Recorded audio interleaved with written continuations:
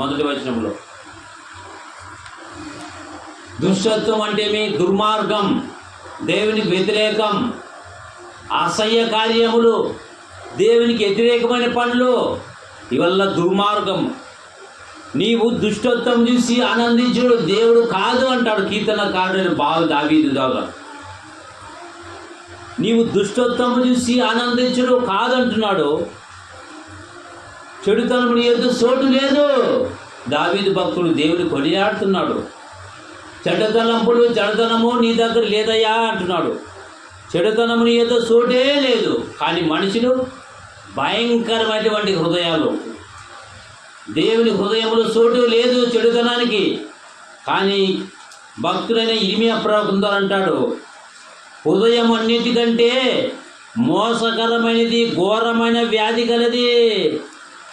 హృదయములోన ఘోరం, పాపం, శాపంతో నిండింది. అందుగురించే మనుషుల హృదయాల్లో ఎటువంటి వంట ఈర్ష్య, ద్వేషం, పగ, కుళ్ళు, కుతంత్రము, వీటన్నిటిని పోవాలంటే దేవుని దగ్గర రావాలా, దేవుని దగ్గర వెతకాల. దేవుని దగ్గర వచ్చినప్పుడే దేవుడు సాయం చేస్తున్నాడు. అందుగురించే దేవుని వాక్యం చెప్తుంది బైబిల్ గ్రంథంలో, ఇర్మియా గ్రంథంలో చూస్తే మరి ఒక మంచి మాట్లాడుతున్నాడు. ఏమని మాట్లాడుతున్నాడో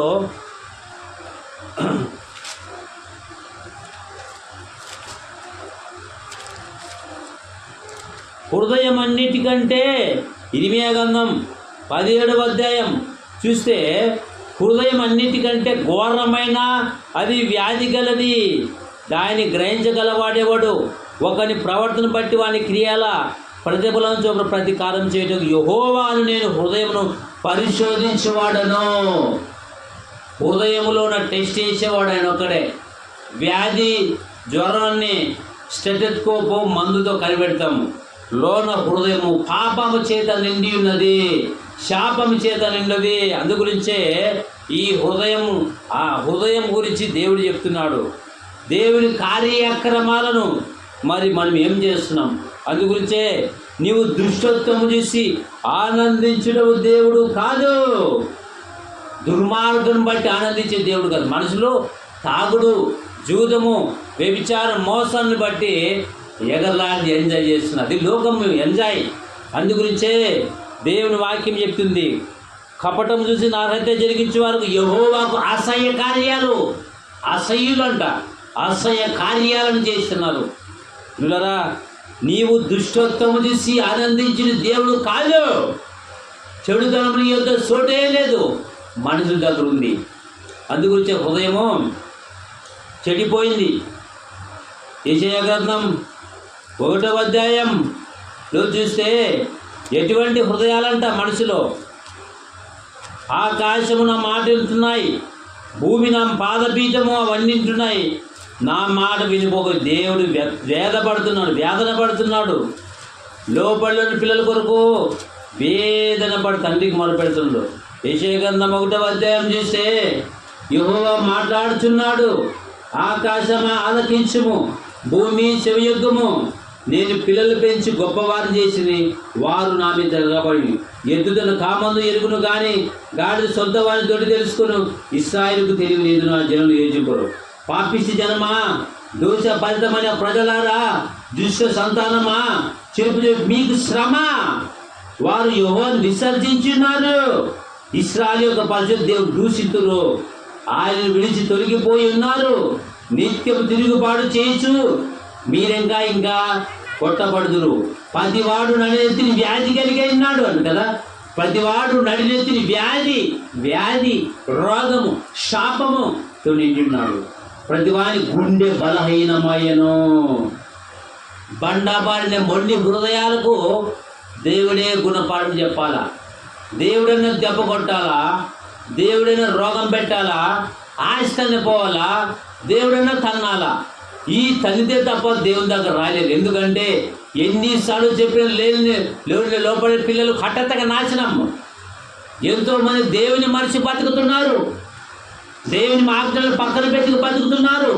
అయినా దేవుడు చూస్తున్నాడు పిల్లరా. హల్లెలూయా, హల్లెలూయా.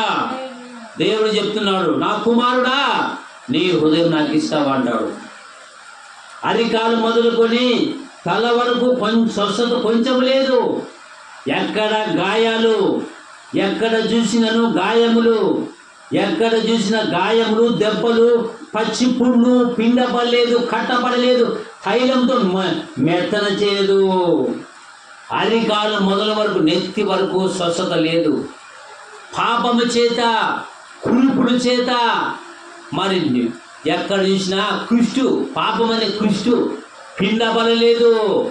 యేసు రక్తం కిందకు వస్తే, యేసు పాదాల దగ్గరకు వస్తే నీ పచ్చి పుండ్లు, గాయములు అన్నీ స్వస్థపడుతున్నాడు. యేసు ప్రభుల వారు నా శాంతిని నీకు ఇస్తానంటాడు. అందుగురించే దేవుని దగ్గరకు రా, మీరు దేవుని దగ్గర రండి, అప్పుడే మీ దగ్గరకు వచ్చిన పిల్లరా. అందుగురించే ఇక్కడ చూసినట్లయితే అరికాల మొదలుకొని తలనెత్తి వరకు కొంచెము లేదు. ఎక్కడ చూసిన గాయములు, దెబ్బలు, పచ్చి పిండపడలేదు, తయంతో మెత్తన చేయలేదు. మీ దేశం పాడైపోయిన, మీ పట్టణం అగ్ని చేత కాలిపోయిన, మీ ఎదుటనే అన్యులు మీ మీది తినివేదురు. అన్యులు తట నాశనం వల్ల అవి పాడైపోయాను. ఎందుకంటే దేవుని భయం లేక, దేవుని వాక్యం లేక, నువ్వు దేవుని దగ్గర రాలేక, దేవుని యొక్క వాక్యాన్ని అర్థం చేసుకొనక, దేవునికి సోటివక, నీ గాయాలు, చిన్న చిన్న పాపాలు, చిన్న చిన్న గాయాలు, పుండ్లు కడగబడలేదు. యేసు ప్రభు రక్తంలో కడగబడలేదు. యేసు ప్రభు పాదాల దగ్గర రాలేదు. కాబట్టి అరికాలు మొదల వరకు తలనెత్తి వరకు కొంచెమైనా స్వస్థత లేదు, స్వస్థత లేదు. నా కుమారుడా నువ్వు నా దగ్గరకు వస్తే నేను మీకు ఏది కావాలంటే ఇస్తానంటాడు. అందుగురించే ఇన్ని పెట్టుకొని దేవుడు సపోర్ట్ కొట్టాడు మనసుని. ఇన్ని పాపాలు, ఇన్ని గాయాలు, ఇన్ని వ్యతిరేకాలు పెట్టుకొని దేవుడు ఎప్పుడు సంతోషపడేవాడు కాదు. నేను చూసి, నీ డబ్బును చూసి, నీ ఫ్యాక్టరీని బట్టి, నీ అందాన్ని బట్టి, నీ సంఘాన్ని బట్టి, నీకు వందను బట్టి 100 మంది వచ్చారు కదా, మరి డబ్బులు ఉన్నాయి కానీ ఆయన సంతోషపడేవాడు కాదు. నీవు దుష్టత్వం చూసి ఆనందించిన దేవుడు కాదైనా. 10 మంది ఫ్యాక్టరీలు ఉన్నాయి, నాకు డబ్బు ఉంది, నాకు హోదా ఉంది, నాకు జనబలం ఉన్నది, నాకు అంగబలం ఉంది, నాకు గుంపు బలం ఉంది, నాకు బండ బలం ఉంది, నా బలం ఉంది. నన్ను పట్టిందే, నన్ను ఏం పోయినా జరుగుతుంది, ఎంతటి వాళ్ళనైనా నేను మాట్లాడగలను, నా మాటకి తిరుగులేదు అంటే దేవుడు నీ మాట వింటాడా? దేవుడు నీ మాట వింటాడా? ఆయన నీ మాట వినడు. ఓరి వెర్రోడు అంటాడు, ఓరి పిచ్చోడు అంటాడు. నీ అంగబలము, డబ్బు బలము ఎవరు మనసు దగ్గర చూపిస్తావు కానీ దేవుని ముందు పనికిరాదు. అందుగురించే నీ పిచ్చి పిచ్చి వేస్తాలు, పిచ్చి పిచ్చి శాస్త్రం దేవుని దగ్గర పనికిరావు. ఆయన అంటాడు, నీవు దుష్టత్వం చూసి ఆనందించిన దేవుడు కాదు. నువ్వు ధనాభివృద్ధి అని చెప్పుకున్నావు. ప్రకటన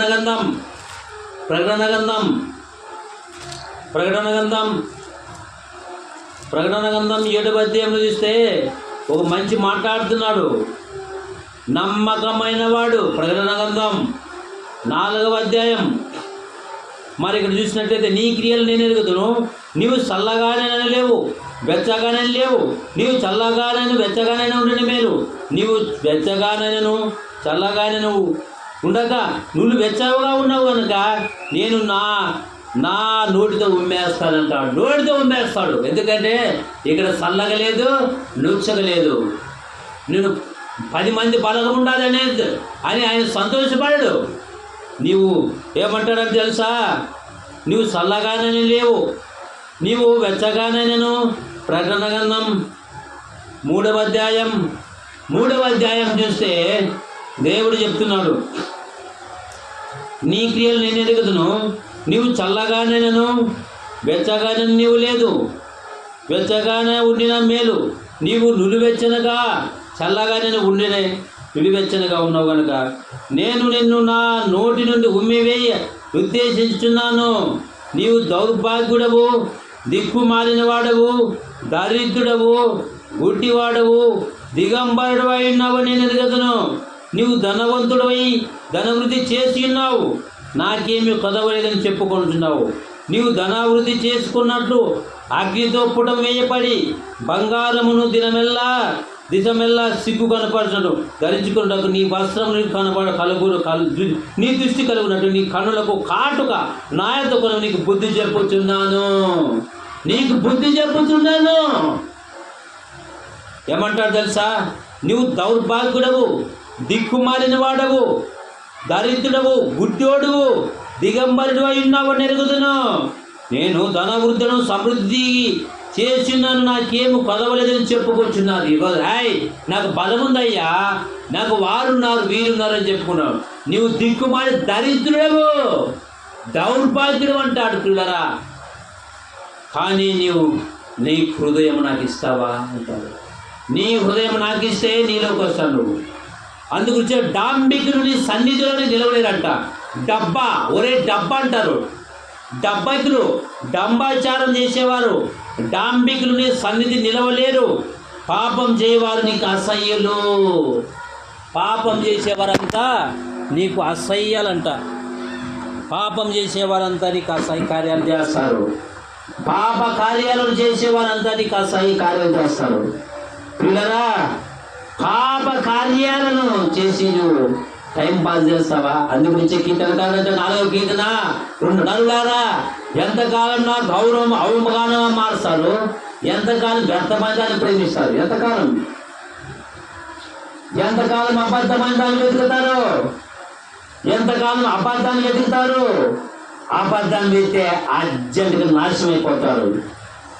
ఇందుగురించే నేనైతే నీ కృపాశయాన్ని బట్టి నీ మందిరంలో ప్రవేశించదను. నీ ఎడల భయభక్తులు కలిగి నీ పరిశుద్ధాలను దిక్కు చూసి నమస్కరిస్తానంట భక్తుడైన దావీదు. ఎంత యథార్థపరుడు అంటే అంత యథార్థపరుడు దావీదు మహారాజు. నేనైతే నీ కృపాశయాన్ని బట్టి నీ మందిరంలో ప్రవేశించదను, నీ ఎడల భయభక్తులు కలిగి నీ పరిశుద్ధమైన దిక్కును చూసి నమస్కరిస్తాను అంటాడు. ఈరోజు నీవు అటువంటి మనసు కలిగి ఉన్నావా? దావీదు లాంటి మనసు కలిగి ఉన్నావా? యేసు ప్రభువు లాంటి మనసు కలిగి ఉన్నావా? ఆయన నిన్ను చూసి నీ బలము ధనవారు చూసి ఆనందించే దేవుడు కాదాయన. నీవు దుష్టత్వం చూసి ఆనందించే దేవుడు కాదు. చెడుతను నీ యొక్క చోటు లేదంటాడు. అందుగురించి పిల్లరా, ఈరోజు దేవుని భయం కావాలా. డాంబికులు నీ సన్నిధి నిలవలేరు. పాపం చేసేవారందరికీ అసలు ఏం పాపం చేశారు? దేవుని మనిషి బతకలే దుర్మార్గం. అందుగురించే వారి నోట యథార్థత లేదు, వారి అంతరంగం నాశనమైన గుంట, వారి కంఠము తెరిచిన సమాధి, వారు నా ఇచ్చకములాడదు. దేవా, వారు నాకు తిరగబడి ఉన్నారయ్యా, వారిని అపరాధులుగా తీర్చుము. వారు తమ ఆలోచికబడి కులుదురు దాకా వారు చేసిన అనేక దోషం బట్టి వారిని వెలివేయము అంటాడు భక్తుని దావీదు. కావున నీ నామం ప్రేమించబడి నిన్ను గురించి నిత్యము ఉల్లాసిస్తారు. ఎవడైతే దేవుని కార్యాలను అశ్రద్ధ చేస్తాడో వాడు శాపగ్రస్తుడు. ఎవరైనా, ఎంతటి వాడైనా, ఎంత మనగాడైనా, ఎంత డబ్బు ఉన్నవాడైనా, ఎంత హోదావలో ఉన్నవాడైనా, ఎంత పాట పాడేవాడైనా, ఎన్ని ప్రజలు మార్చివేసేవాడున్నా, ఎంత బోధ చెప్పేవాడున్నా, ఎంత గుండెకాయ ఉన్నవాడున్నా, ఎంత బలం ఉన్నా, ఎంత బలమున్నా, ఎంత హోదా ఉన్నా, నీవు దేవుని సత్క్రియలు సద్భావన లేకుంటే సున్నా. అందుగురించాడు. కావున నీ నామం ప్రేమించు నిత్యము నిన్ను గురించి ఉల్లాసిస్తారు. నీవే వారిని కాపాడు, వారిని నిత్యము స్తుతించు. అందుగురించే నీవు దుష్టత్వం చేసి ఆనందించే దేవుడు కాదు. హేబేలు కయీను ఉన్నారు. ఆదికాండం 4వ. హేబేలు దేవునికి అన్ని తొలి పంట తెచ్చి దేవునికి సమర్పించేవాడు. ఆయన ప్రార్థన ఆలకించాడు. కయీను వచ్చాడు. కయీను కూడా మంచి పంట ఇంతకేసి తాళంతా దేవునికి ఇచ్చాడు. వీరిద్దరిలో ప్రథమమైనటువంటి స్థానము హేబేలు అర్పణాన్ని దేవుడు లక్ష్య పెట్టాడు. కయీను అర్పణ లక్ష్య పెట్టలేదు. ఆదికాండం 4వ అధ్యాయంలో కనబడుతుంది. వాళ్ళిద్దరూ అర్పణలు తెచ్చారు, కానీ కయీను మరి దేవుని అర్పణము దేవుడు లక్ష్య పెట్టలేదు. అంటే కయీను అనేటువంటి అన్నదమ్ములిద్దరు అర్పణము లక్ష్య పెట్టలేదని హేబేలు తమ్ముని దారుణంగా పడి చంపేశాడు. కక్ష, పగ, హింస, ద్వేషం, దంబాచారం ఉంది, హృదయంలో చెడిపోయిన మనసు. అందుగురించి దేవుడు లేదని తమ హృదయ గుడ్డిగిలను కీర్తన 14 చెడిపోయిన వారంట, దాంబికులు చెడిపోయిన వారు. నువ్వు ఎన్ని చర్చకొచ్చి పాట పాడి చందేసినా నీవు సత్క్రియలు లేకుండా శూన్యం. మతేశ్వరత ఎవరైతే మీరు ప్రభువా ప్రభువా నన్ను పిలిచేవాడు పరలోక రాజ్యం చేయడు కానీ నా తండ్రి చిత్త ప్రకారం చేయవాడే పరలోక రాజ్యం. వాడి ఎంతటి బాధైనా సరే, వాడు ఎంత గుండె కాయ ఉన్నవాడైనా, ఎంత మొనగాడైనా వాక్యానుసారంగా లేకపోతే శూన్యం. కూడా ఆలోచించండి. దేవుడు చూస్తున్నాడు, మన జీవితాన్ని చూస్తున్నాడు, మన రహస్య పాపాలు చూస్తున్నాడు. హృదయ తలుపు ఎగినవాడు. మిలిటరీ కాలనీ ప్రజలారా, మీరు నా వైపు తిరుగుతారా? మీకు ఛాన్స్ ఇచ్చారు. ఈరోజు బ్రతికి బట్ట కట్టామంటే దేవుని కృప. అందు గురించి అంటాడు 5వ కీర్తన 4, నీవు దుష్టత్వం చూసి ఆనందించడు దేవుడు కాదు, చెడుతనము నీ యొక్క చోటు లేదు. దాంబికుల్ని చర్చలు నిలవలేరు, డబ్బాచారం కొట్టేవాళ్ళు, అబద్ధికులు, అబద్ధమాడి వారిని నశింపజేసేది ఆయన. అందుగురించి దేవుడు చెప్తున్నాడు, నీవు అబద్ధాన్ని గెలిపిస్తావా? సమయాన్ని సద్వినియోగం చేసుకుంటున్నావా లేదా? అబద్ధం చెప్తే నువ్వు అబద్ధం అయిపోతున్నావు. కాగా మీరు నా మాటలు విని శ్రద్ధగా నా ఆజ్ఞలు నడుచుకుంటే భూమి మీద జనముల కంటే సమస్త జనముల కంటే నేను హెచ్చిస్తానంటాడు. 28వ విజ్ఞప్తిస్తున్నాం. మనం అలా అబ్రహాము గొప్ప నమ్మకంగా ఉన్నట్టుగా నీవు ఉంటావా? ఒకసారి ఆలోచించుకుందాం. ఈ లోకం మాయ, ఈ లోకం అంతా మాయ మస్క. చచ్చినప్పుడు బతికినప్పుడు నిర్వహించాం, చనిపోయేటప్పుడు అందుగురించి ఏమంటాడు? యెహోవా నెమ్మదితో పండుగ నిద్రపోదును, నేను ఒంటరిగా నుండి నన్ను నువ్వే నన్ను సురక్షితంగా నివసింపజేయగంటాడు. కీర్తనకారు 4వ అధ్యాయం 8వ వచనంలో యెహోవా నెమ్మదితో పండుకొని నిద్రపోదును, నేను ఒంటరిగా నుండి నన్ను నీవే నన్ను సురక్షితంగా నివసింపజేయదు అంటాడు. ఒకరున్నావు, ఇద్దరున్నావు, ఏం బిడ్డ నీ సంఘం చెప్పలేదు అని అడుగుతారా? ఆయనకి కావాల్సింది యథార్థం, ధైర్యం, యథార్థం, ఏకభావం, ఐక్యతం. ఆయన అంటాడు, హృదయ శుద్ధి గలవారు దానిలో వారు దేవుని చూస్తారు. హృదయ శుద్ధి లేని వారు దేవుని చూడలేరు. నువ్వు పాట పాడొచ్చు, చర్చికి లక్షలకి చందయ్యొచ్చు, నువ్వు క్రమశిక్షణ ఉండదు, లేకపోతే నీలో దొంగ బుద్ధి, నీ చెడతలంపులు దేవునికి ఇవ్వకుండా మరి ఏమంటారు తెలుసా? దుష్టత్వం చూసి ఆనందించే దేవుడు కాదు.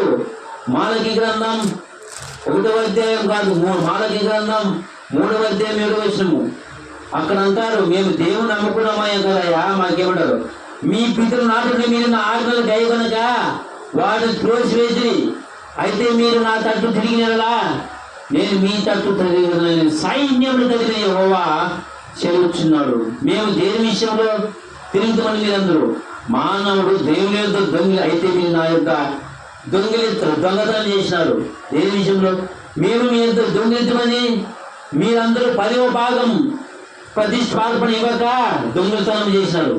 ఈ జనులు నా యొక్క దొంగలించుతున్నారు. మీరు శాపగ్రస్తులు ఉన్నారు. నా మందిరము ఆహారం ఉన్నట్లు 10వ భాగం మీరు నా మందిరంలో తీసుకొచ్చి, నిధిలోనికి తీసుకొచ్చి దీన్ని చేసి మీరు నన్ను శోధించగా నేను ఆకాశపు ఆకీలను దీపి పట్ట జాలంతా విస్తారమైన దీవులు కుమ్మరించునని సైన్యములు కలిపి యెహోవా చెలుచున్నాడు. మీ పంట తిని వెలుగు పురుగులను గర్దిస్తానంటాడు. ఎందుకు తెలుసా? మీరు దుష్టత్వం పెట్టుకొని మీరు అడిగిన మీ దుర్దేశం అడుగురు, మీ దంబాచారం పెట్టుకుని అడుగుదురు, మీకేమో దొరకదు. మీలో పోరాటాలు దేనిని కలుగు, మీ హృదయంలో పోగేచ్చలు, మీలో శరీర కోరికలు, మీ పోగేచ్చలు బట్టి దేవుని అడుగుతారు కానీ మీకేం తెలుగు? సిప్పే కాదు మీకు. మీరు అడిగినది మీ దుర్దేశంలో అడుగుదురు. మీ హృదయము వాక్యానుసారమైన లేదు కాబట్టి. వాక్యానుసారమైన జీవితాలు ఉంటే 3 మంది అయినా 1000 మంది అయినా సరే, ఒక్కడైనా ఇద్దరైనా సరే వాక్యానుసారంగా బతకాలంటాడు. అందుగురించి మాల గ్రంథం ప్రతిస్పర్ధ యువత దొంగిలితనం చేసింది. ఈ జనులందరూ నా ఎదురు దొంగిలించి ఉన్నారు అన్నని నేను చెప్పలే. దేవుని వాక్యం మాలకి ప్రభుత్వం చెప్పాడు. మాల గ్రంథం 3వ అధ్యాయం అంటాడు, గర్విష్ఠులు యందు దుర్మార్గులు వాళ్ళిద్దరూ యెహోవా యందు భయభక్తులు కలిగి ఒకరితో ఒకరు మాట్లాడుకుంటుండగా యెహోవా చెవులు దారికించాను. మరియు యెహోవా యందు భయభక్తులు కలిగి ఆయన నామం స్మరించుకున్న వారికి, ఆయన నామం స్మరించే వారికి ఒక గ్రంథమందు ఆయన సముఖమందు రాయబడిన నేను నియమింపదిని రాగా వారు నా వారు నాకు స్వకీయ సంపాద్యమవుదురు. తండ్రి తన్ను సేవించిన కుమారుని కనికరించినట్లు వారిని కనికరించను, సైన్యము తండ్రి ఎవరో కనికరించను. ఒక రోజు కనుక్కుంటాను, మంచివారు ఎవరు చెడ్డవారు ఎవరు ఆయన దేవుని దగ్గర ఒక జీవ గ్రంథం ఉంటుందంట. నీవు దేవునికి ఎంత ఇచ్చావు, సమయానికి ఎంత ఇస్తున్నావు, సమయం పాటిస్తున్నావా, నీ కుటుంబం కొరకు కన్నీటితో రాలుస్తున్నావా, దేవుని సన్నిధానం మోస్తున్నావా. ఈరోజు దేవుని కార్యక్రమాలు అశ్రద్ధగా చేసేవారు శాపదర్శనం చెప్పిన అయినా ఎవరు ఉడుకు లేదు పరికి లేదు. దేవుడు అంటాడు, ఎన్నిసార్లు చెప్పిన లోపల పిల్లలకు హఠాత్తుగా నాశనం. ఎందుకు? దేవుడు బాధలేదు, దేవుని బాధ. దేవుని వాక్యం అర్థం చేసుకోలేదు, దేవుని మనసును అర్థం చేసుకోలేదు, దేవుని వాక్యాన్ని అర్థం చేసుకోలేదు కాబట్టి నాశనం అంటాడు. 29 ఎన్నిసార్లు చెప్పిన లోపల పిల్లలకు హఠాత్తుగా నాశనము. కయ్యను నా దేశ దిమ్మని పిచ్చోడు తిరిగాడు, హేబేలు అర్పణం చేసుకున్నాడు. హేబేలు అర్పణం దేవునిది. దేవునికి ప్రేమ సమర్పించాలా, నీతికి సాధనాలుగా వాడబడాలి. పరిశుద్ధమైన దేవునికి అనుకూల సజీవంగా సమర్పించాలి. ఈరోజు సమర్పించుకున్నామా? నీకు తల్లి గర్భంలో కొడుకులో బిడ్డలిస్తే ఈరోజు తన కుటుంబాలు కూడా ఇంటి పనులు వాడుకుంటారు. సినిమా యాక్టర్లు కావాలి, లాయర్లు కలెక్టర్. దేవుని సేవకుడు కావాలని ఏడబ్బా సేవకుడిని తయారు చేసి ఉద్యోగం చేస్తాడు. నర్సించిపోయే ప్రజల కొరకు ఎవరు వెళ్తున్నారు అని ఒక ఆత్మల్ని సంపాదించి నీతికి సాధనాలుగా వాడబడాలి. నీతి కొరకు బతకాల. ఒక హన్న వలె, ఒక పౌలు వలె, ఒక స్టెఫెను వలె, ఒక దావీదు వలె, ఒక మోషే వలె బతకాల. వారు నీతికి సాధనాలుగా బతకారు. అందుగురించి చెప్పులరా మరి ఏమంటారు తెలుసా ఇక్కడ? అప్పుడు నీతి గల వారు ఎవరు, దుర్మార్గులు ఎవరు, దేవుని సేవించే వారు ఎవరు, ఆయన సేవించే వారు ఎవరు, మీరు తిరిగి కనుకొందరు. ఒకరోజు కనుక్కుంటాడంట. చివరి నెలలో ఉన్నాం. మరి నీవు దుష్టత్వం చూసి ఆనందించడు దేవుడు కాదు అంటారు ఇక్కడ. అబద్ధమాడవాడు నీవు నశింపజేస్తావు, అబద్ధమాడు నీవు నశింపజేయదు అని కీర్తనకారు 4వ అధ్యాయం 5వ అధ్యాయం 5. దాంభికుని సన్నిధి నిలవలేరు, పాపం చేసే వారందరికీ అసహ్యులు. నిశ్చితమైనది అసహ్యమైనది అపరాధం జరిగించేవాడు పనులకు రాజు రానివాడు. నువ్వు పాట పాడవచ్చు, చర్చి ఉండొచ్చు, కోటి రూపాయలు చర్చి కట్టుండొచ్చు, 1000 మంది సంపాదించవచ్చు. వాక్యానుసారం పెంచకపోతే, వాక్యానుసారం నడిపించకపోతే నీ భక్తి శక్తి, నీ భక్తిలో శక్తి లేకుండా ఇవ్వబడ్డాడు. నీ భక్తి నీకు ధైర్యం పుట్టించదా అంటాడు. పిచ్చి పట్టిన సమాజానికి, ఈ పిచ్చి పట్టిన సమాజానికి దేవుడు చెప్తున్నాడు ఏమని? మత్తయి సువార్త 11:20 ప్రయాసపడి భారం మోచిన సమస్తమైన మిలిపి కలిగిన ప్రజలారా, ప్రపంచ జనులారా, మీరు నా దగ్గర రండు అంటాడు. అయ్యా మేము వచ్చామయ్యా, మా పనులు, మా కార్యక్రమాలు, మా ఇంటి పనులు మనం బిజీ అయిపోయినాము. యేసు ప్రభు కంటే బిజీ అయిపోయినాం. ఈరోజు దేవుడి కంటే గొప్పలు అయిపోయినారు, దేవుని కంటే గొప్పలు అయిపోయినారు. కాబట్టి మనిషికి తిప్పులు, వానలేదు, బాధలు, కష్టాలు, రోగాలు, ఇబ్బందులు. నీ హృదయం చెడిపోయింది, నీ హృదయం సరిగా లేదు. కాబట్టి హృదయం అన్నిటికంటే ఘోరమైన వ్యాధి కలది స్వార్థం. నేను గొప్పోడు కావాలా, నేను ధనవంతుడు కావాలా, నేను బాగు కావాలా, అందరూ పడగొట్టాలా, ఎవడే పాడైపోతే నేను బాగుండాలా అనే రకం సైతాన్ మార్గంలో ఉన్నారు. కాబట్టి మనిషికి తిప్పులు వచ్చింది, మనిషికి రోగాలు. ఎందుకంటే దేవుడు చూస్తున్నాడు, యెహోవా యందు భయభక్తులు కలిగిన వారును, నీతి గల వారెవరు, దుర్మార్గులు ఎవరు, డాంబుకులు ఎవరు, మరి ఎవరు దేవుని సేవించేవారు, ఎవరు దేవుని సేవించిన వారెవరు, మంచి వారెవరు ఆయన చూస్తున్నారు. అందుగురించి నిన్ను నన్ను మనందరూ పుట్టించాడు. వెళ్ళు. వారు యేసుకేలు గ్రంథం 2వ అధ్యాయం ఏమంటారు? అయ్యా వారు దుర్మార్గులయ్యా, వినిపించుకోరయ్యా, వారు మారలయ్యా, వారు కఠినమైన మనుషులు అయ్యా అని చెప్తాడు దేవుడికి. అప్పుడు అంటాడు, వారు విన్నా వినకపోయినా పోయి చెప్పు అంటాడు. యేసుకేలు గ్రంథం 2వ అధ్యాయంలో, యేసుకేలు 2వ అధ్యాయం 1వ వచనం, నరపుత్రుడా నీవు చక్కగా నిలబడమంటాడు. దేవుని స్తోత్రం, హల్లెలూయా, దేవుని స్తోత్రం, హల్లెలూయా. ఎంత గొప్ప దేవుడు మనకు దొరికాడు, ఎంతో మందికి లేదు. నరపుత్రుడా నీవు చక్కగా నిలబడము, నేను నీతో మాట్లాడుతున్నా, పోయి చెప్పు. ఇశ్రాయేలు చనిపోయినారయ్యా, నా జనంగా ఆ చెడిపోయినారంటే వారు అప్పుడు వేసుకెళ్ళంటాడు. వారు తిరుగుబాటు చేసేవారు, వారు కఠినమైన మనసులు, వారు మారలని చెప్తాడు వేసుకెళ్ళు. అప్పుడు అంటాడు దేవుడు, దేవా వారు విన్నానా మీద పోయి చెప్పు.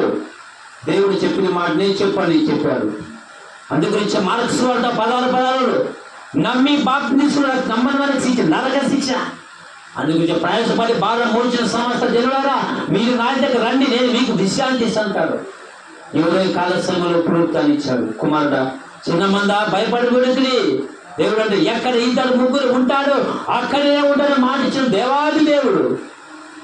దేవుని కంటే బిజీ అయిపోయినావా? దేవుడు పిలుస్తున్నాడు, నేను వచ్చానంటాడు. ఒకసారి కన్ను మూస్తే పాతాళం. ఈ పాతాళం తప్పించుకోవాలంటే ప్రపంచానికి యేసు ఒక్కరే, ప్రపంచానికి యేసుక్రీస్తు ఒక్కడే నేను పిలుస్తున్నాను. నామకార్థ క్రైస్తవ జీవితం మోసకరం. ఇలాంటి యొక్క ఉదయకాలంలో దేవుడు నీ హృదయం నాకు ఇస్తావా అంటాడు. నీ హృదయం నాకు ఇస్తావా? నీ హృదయం నాకు ఇస్తే నీ లోపరుస్తాడు. దుష్టులు దేవుని మనందరూ పాతాళంలో వేదన పాట చూస్తే మనకు అర్థమైంది. ఒకసారి ఆ వేదన కరమైన పాతాళం చూస్తే కూడా దుష్టులు, తాగుబోతులు, వ్యభిచారులు, దొంగలు, తిరుగుబాటు చేసేవాళ్ళు, నామకారకాలు మునిగిపోతున్నారు. నీవు దుష్టత నుంచి ఆనందించే దేవుడు కాదు. చెడుతో ఏదో చోటు లేదు. డాంబికి నీ సన్ని నిలవలేరు. పాపం చేసేవాడికి అసహ్యంట. ఒకసారి ఈ వీడియో చూస్తే పాతాళంలో వేదన పడుతున్న సేవకుడు ఎంతో అరిచర్చుకుంటున్నారు, పట్టించుకోవడం లేదు. పాతాళంలో వేదన, పాతాళం అనే పాట ఆ వీడియో చూస్తే మనకు అర్థమైంది. ఒకసారి చూడండి, ఆలోచించండి, బదులు మారండి. ఆరని అగ్ని, తీరని బాధ పాతాళమందున్నది. విందు వినోదం, బంధు బలగం ఈ లోకమందున్నది. రక్షణను పొందమంటే పొందుకోరు ఇక్కడ, రక్షించేవారు లేక రోధిస్తారక్కడ. రక్షణను పొందమంటే పొందుకోరు ఇక్కడ, రక్షించేవారు లేక రోధిస్తారక్కడ. పాతాళంలో ఆత్మల ఆర్తనాదం, భూలోకంలో సువార్తల సునాదము. పాతాళంలో ఆత్మల ఆర్తనాదం, భూలోకంలో సువార్తల సునాదము.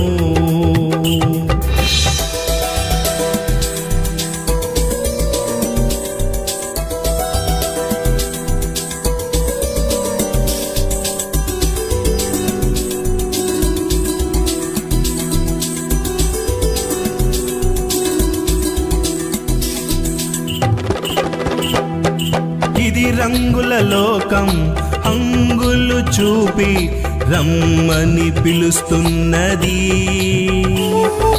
వాక్యము ద్వారా దేవుడు పిలచిన దీలోకం వినకున్నది. ఇది రంగుల లోకం, అంగులు చూపి రమ్మని పిలుస్తున్నది. వాక్యము ద్వారా దేవుడు పిలచిన దీలోకం వినకున్నది. ప్రజల కొరకు పాతాళం నోరు తెరచుకున్నది, ఎంత చెప్పినా లోకం కళ్ళు తెరువకున్నది. ప్రజల కొరకు పాతాళం నోరు తెరచుకున్నది, ఎంత చెప్పినా లోకం కళ్ళు తెరువకున్నది. పాతాళంలో ఆత్మల ఆర్తనాదం, భూలోకంలో సువార్తల సునాదము. పాతాళంలో ఆత్మల ఆర్తనాదం, భూలోకంలో సువార్తల సునాదము. మించుతుంది సమయం, పొంచియుంది ప్రమాదం, ఎంచుకో స్వర్గం నరకం. మించుతుంది సమయం, పొంచియుంది ప్రమాదం, ఎంచుకో స్వర్గం నరకం. గమనించుకో ఎటు నీ పయనం. పాతాళంలో ఆత్మల ఆర్తనాదం, భూలోకంలో సువార్తల సునాదము. పాతాళంలో ఆత్మల ఆర్తనాదం, భూలోకంలో సువార్తల సునాదము.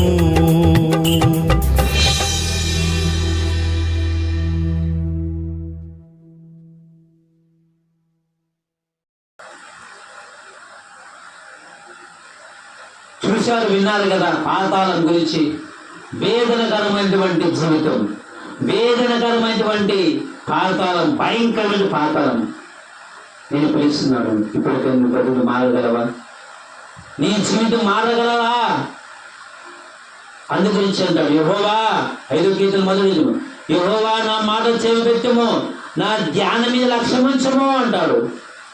4వ కీర్తన 4వ కీర్తన, వారి ధాన్య ద్రాక్షరసం విస్తారించిన సంతోషం, అధికమైన సంతోషం నా హృదయంలో పుట్టించింది అంటాడు. కేజీ బంగారు డబ్బులు ఎంత హృదయం ఉండొచ్చు, వాక్యం నడుస్తున్నా, నీ వాక్యమే నన్ను బ్రతికించంటాడు. అధికమైన సంతోషం నా హృదయంలో పుట్టించింది అంటాడు. ఆలోచించుకున్నాం. పాతాళం గురించి చూశారు, విన్నారు, వాక్యం విన్నారు కదా. ఆయన నీవు దుష్టత్వం నుంచి ఆనందించే దేవుడు కాదు, చెడుతనం నీ చోటు నీ వద్ద చోటు లేదు. నీవు ఎలాగో పడుతూ ఆలోచించుకో.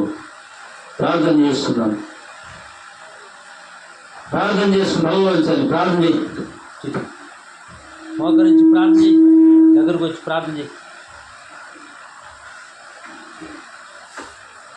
కన్నీటితో ప్రార్థన చేయండి. హల్లెలూయా, స్తోత్రం.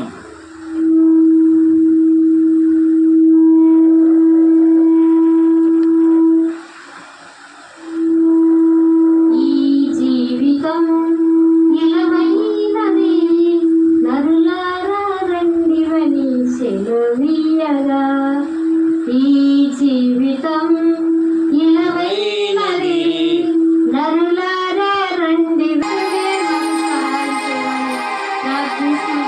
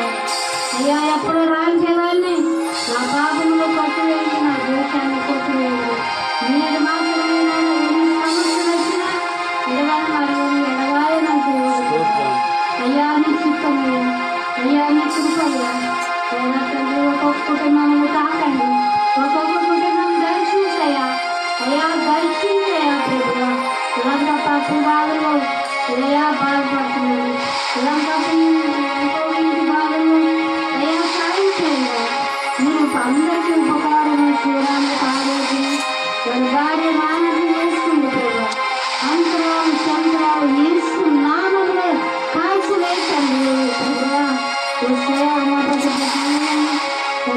తండ్రి పిల్లలకు సంబంధాలు సాధించేది మార్గాన్ని సంపాదించేది సాధించేది అందరికీ అధికారులందరికీ ఉపకారం ప్రభా సాధించేది ప్రభా నీకు వందనాలు తండ్రి ఇంతవరకు మమ్మల్ని నీ పాటల ద్వారా నీ వాక్యం ద్వారా మాకెంతో సహాయించిందని నీకు వందనాలు ప్రభా నా ప్రార్థన అనిపించండి నా మొరాలకించండి ఇంత ఆశీర్వదకర ప్రకటిస్తాడో అక్కడక్కడ కొండండి నాయకులను ప్రభా వస్తయా ఉన్నతంగా ఎన్ని ప్రమాణాలు ఇచ్చిన మమ్మల్ని కాచి కాపాడడానికి కోట్లాది కోట్లకు వందనములు స్థితులు స్తోత్రములు చెల్లిస్తున్నానయ్యా వర్షాన్ని కుమరించుకండి శాంతి సమాధానం మా కుటుంబంలో కాకండి ప్రభా వస్తయానికి వందనాలు ఎవరికి చెప్పుకోలేం ప్రభా ఏ బంధువులు చెప్తున్నామా భావించుకోలేదు నేను కేవలం నీ పాలన పట్ల అడుగుతుంటే మీరు మాకు సహాయం చేస్తారు ఎన్నో అద్భుతాలు చేశారు ఎన్నో రోగాలు బాగు చేశారు నేను నమ్ముకుంటే ఎంతో పర్యటన నిన్ను నమ్ముకుంటే మన నరగాన్ని తప్పించి పరలోకంలో ఒక స్థానం కావాలని ప్రవర్తిస్తున్నాను తండ్రి నా ప్రార్థన పుస్తకం కావాలట్లా నా ప్రార్థన ఆలోచించి అయ్యా మరి తప్పుగా మాట్లాడించేసి అయ్యా సాయం చేయాలి ప్రభువా నీ పాదాలు పడుతున్నాను ప్రభువా